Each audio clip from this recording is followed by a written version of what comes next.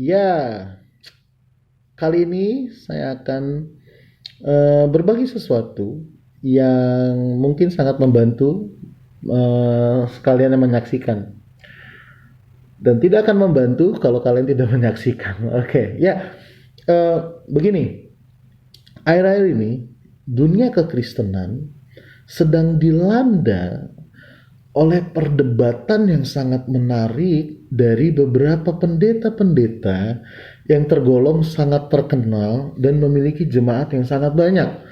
Artinya, mereka ini seorang tokoh besar dalam kekristenan di Indonesia. Ya, memiliki power, memiliki pengaruh yang besar karena pengikut mereka banyak sekali, karena jemaat mereka itu banyak sekali. Jadi begini, eh, udah banyak pendapat ya. Yang satu membela yang satu, yang satu membela yang satu. Wah, sudah banyak sekali hal-hal yang terjadi gitu. Kalau saya lihat sosial media itu makin hari makin bingung saya gitu. Makin stres saya melihat perdebatan itu sampai-sampai yang membuat saya terkejut adalah tindakan dari Bimas ya, Dirjen Bimas Kristen Kementerian Agama. Bayangkan hal ini sampai ya menggugah pihak Dirjen Bimas Kristen untuk mengeluarkan sebuah kebijakan ya yang mengingatkan para pendeta, para hamba Tuhan untuk tidak melanjutkan perdebatan ini gitu.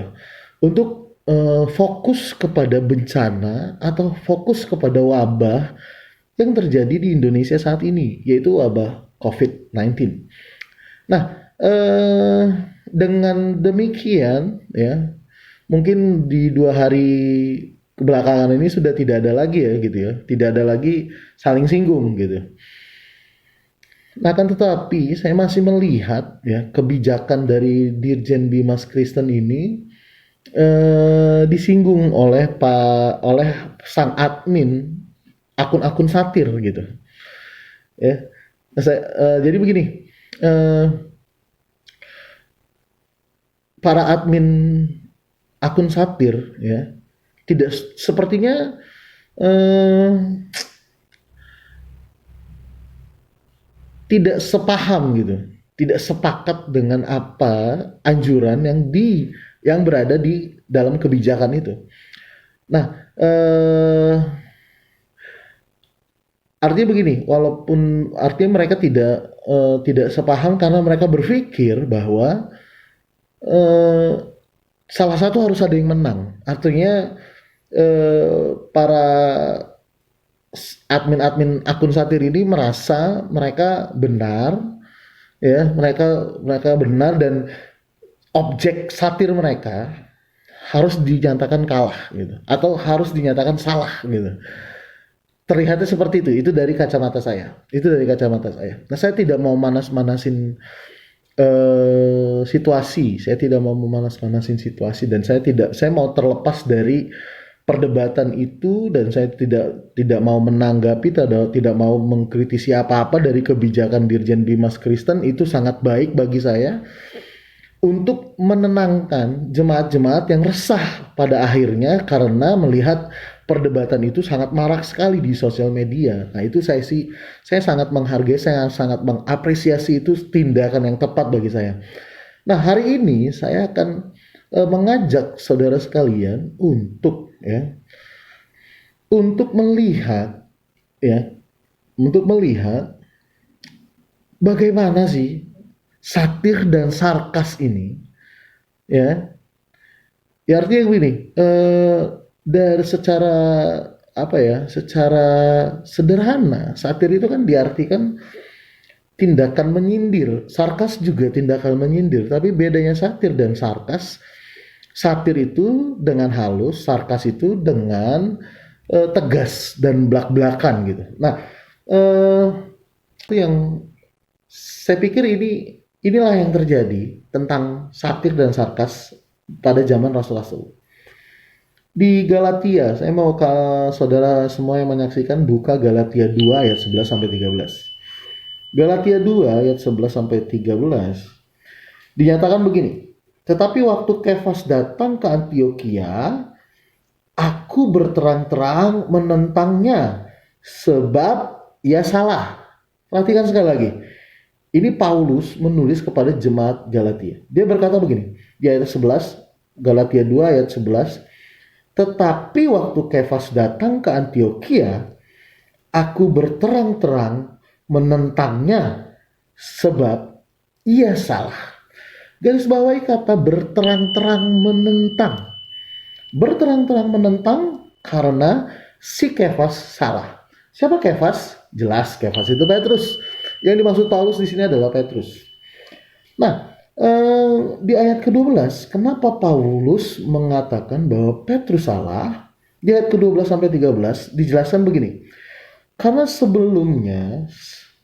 sebelum beberapa orang dari kalangan Yakobus datang, ia makan sehidangan dengan saudara-saudara yang tidak bersunat.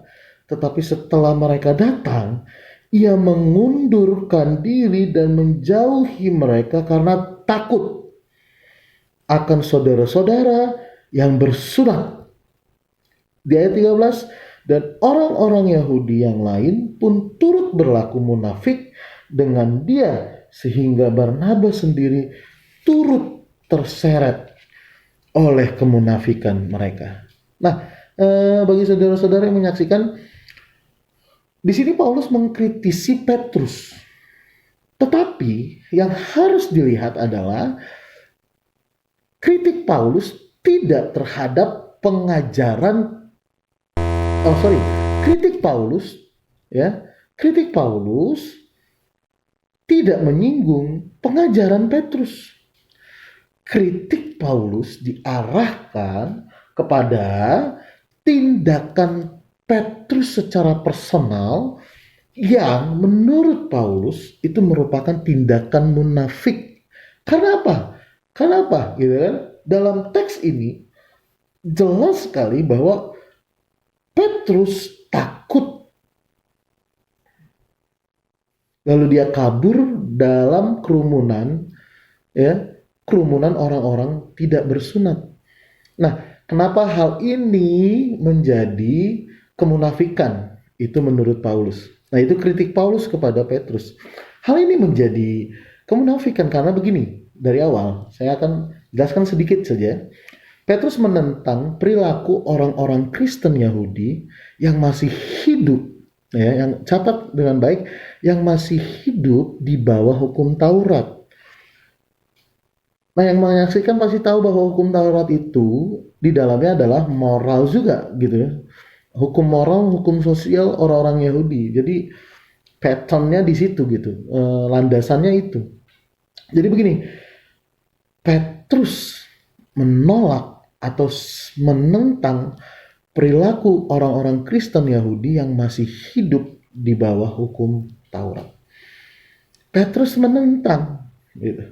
Artinya begini, jika Petrus sebagai Yahudi, dia duduk di kerumunan atau dia satu hidangan dengan orang-orang tidak bersunat, bagi Yahudi itu najis. Itu tidak boleh dilakukan.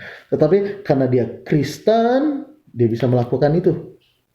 Karena dia tidak hidup lagi di bawah hukum Taurat. Nah, tetapi yang artinya apa yang Petrus lakukan itu benar gitu. Benar artinya dia tidak hidup di bawah hukum Taurat. Dia menunjukkan kasihnya kepada siapapun. Dia tidak lagi terikat bahwa kamu sunat, kamu tidak sunat, saya sunat, kita tidak bisa bertemu. Tidak. Kita tidak bisa duduk sehidangan. Tidak. Dia menolak itu dan dia duduk bersama kerumunan orang-orang tidak bersunat. Tapi yang menjadi kesalahan Petrus pada saat itu adalah dicatat di dalam ayat 12 bahwa ketika mereka datang. Siapa mereka? Mereka itu adalah orang-orang dari kalangan Yakobus. Tanda kutip, mereka bersunat. Gitu. Itu sudah jelaskan, itu jelas sekali. Ketika orang-orang dari kalangan Yakobus datang, Petrus cabut. Petrus cabut karena takut dilihat oleh orang-orang yang bersunat. Di mana letak kemunafikannya? Pertama dia menentang. Jelas sekali Petrus menentang bagi orang-orang Kristen Yahudi yang masih hidup di bawah hukum Taurat. Dia menentang, tetapi dia melanggar apa yang dia tentang. Harusnya Petrus tidak takut. Harusnya Petrus malah menunjukkan kepada orang-orang yang bersunat, saya telah melakukan ini. Saya telah merobohkan tembok. Bahwa saya tidak terikat lagi dengan aturan itu. Dan saya mulai keluar untuk memberkati banyak orang tanpa batasan apapun. Tetapi Petrus takut dilihat oleh orang-orang bersunat karena dia duduk sehidangan dengan orang-orang tidak bersunat. Paulus dikatakan di ayat 11, aku berterang-terang menentangnya sebab ia salah. Wow. Apa yang dilakukan Paulus? Sarkas. Itu dia. Menarik bukan? Ya, Paulus melakukan sarkasme terhadap Petrus. Tetapi artinya begini, dia sarkas terhadap sesuatu yang Petrus sendiri pun telah melanggarnya. Dia yang menetapkan, dia yang menentang para perilaku orang-orang yang Kristen Yahudi yang hidup di bawah hukum Taurat, tapi dia juga yang melanggar itu. Nah, artinya begini ya, Paulus melihat bahwa hal ini, apa yang dilakukan Petrus ternyata berdampak besar bagi orang-orang Kristen Yahudi pada saat itu. Dicatat di ayat 13, dan orang-orang Yahudi yang lain pun turut berlaku munafik. Ini dia, apa yang dilakukan Petrus dilihat banyak orang, lalu itu menjadi referensi mereka untuk melakukan kemunafikan. Nah, artinya apa yang dilakukan Petrus sangat menyesatkan banyak orang gitu. Pengajarannya kah yang salah? Tidak sama sekali. Di Petrus jelas menolak. Tapi tindakannya, sekali lagi, tindakannya mengacu kepada tindakan Petrus yang salah. Itu sarkasme. Itu yang terjadi di zaman rasul-rasul. Tapi apakah mereka berantem, ya kan? Apakah mereka bacok-bacokan? Apakah mereka saling membenci satu dengan yang lain? Saya pikir itu tidak terjadi di kalangan rasul-rasul pada saat itu. Kenapa demikian? Karena Petrus sendiri juga bukan menanggapi apa yang ditulis Paulus ke Galatia. Petrus sendiri menyinggung dan membawa nama Paulus dalam suratnya, yaitu di dalam 2 Petrus 3 pasal 3 ayat yang ke-15 sampai yang ke-16.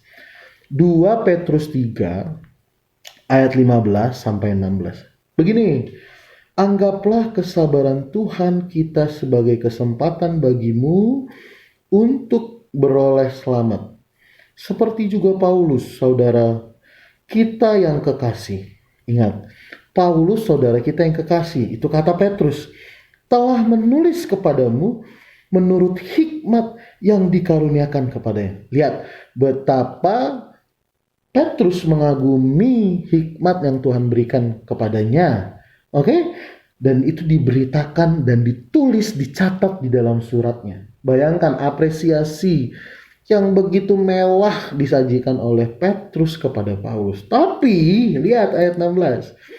Hal itu dibuatnya dalam semua suratnya. Itu kata Petrus yang sedang mengagumi Paulus. Apabila ia berbicara tentang perkara-perkara ini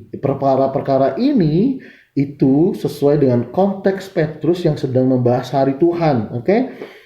Dalam surat-suratnya itu ada hal-hal yang sukar difahami, Sehingga orang-orang yang tidak memahaminya dan yang tidak teguh imannya memutarbalikannya menjadi kebinasaan mereka sendiri. Sama seperti yang juga mereka buat dengan tulisan-tulisan yang lain. Wadaw, ini satir dengan mulusnya, begitu lembut, Petrus menyinggung. Di sini satir gitu ya.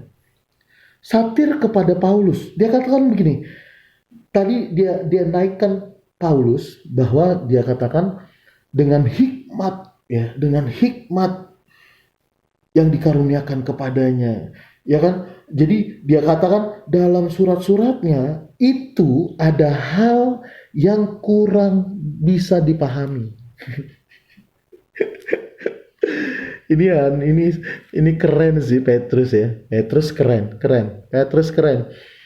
Dia bilang ada hal-hal yang bisa kurang dipahami. Sehingga yang tidak paham dan tidak teguh imannya itu dikatakan di ayat 16 berbalik. Oh my god. Dengan kata lain, nih ya ini sudut pandang saya, ini perspektif saya menanggapi uh, narasi ini gitu. Dengan kata lain, Petrus mau bilang kayak gini, itu penyesat itu. Paulus itu penyesat gitu. Jadi gara-gara terlalu tinggi, oke, terlalu tinggi pernyataan Paulus, banyak yang nggak nyampe gitu, jauh gitu. Banyak yang nggak nyampe sehingga sesat. Atau begini, bahasa halusnya seperti yang dikatakan dalam teks ini. Bahasa halusnya begini. Sehingga orang-orang yang tidak memahaminya dan yang tidak teguh imannya memutarbalikannya menjadi kebinasaan mereka sendiri. Saudara bisa berpendapat beda dari saya. Tapi bagi saya, secara tidak langsung, Petrus bilang, Paulus, kamu telah banyak menyesatkan orang. Iya. Yeah. Karena apa? Karena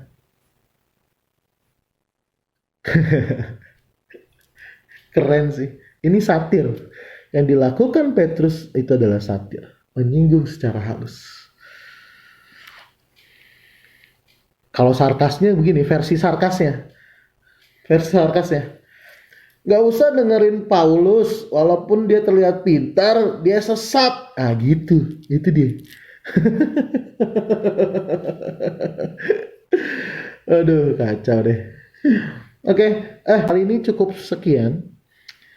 Ya, jadi nama konten ini tuh Rabun Jauh. Kenapa Rabun Jauh gitu? Artinya solusinya tuh harus deket ya. Untuk menanggapi sesuatu lo nggak bisa ada di dalam keadaan orang yang rabun jauh, nggak bisa ngelihat jauh, gitu. Solusi orang rabun jauh itu melihatnya lebih dekat.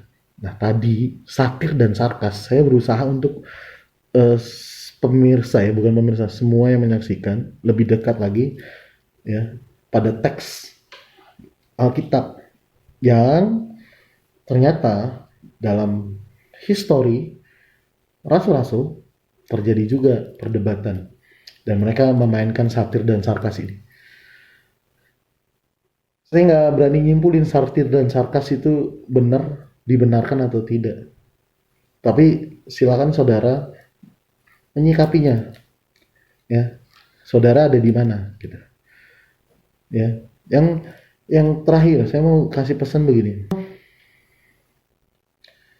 Oke deh, semoga membantu kita semua di sini. Dah.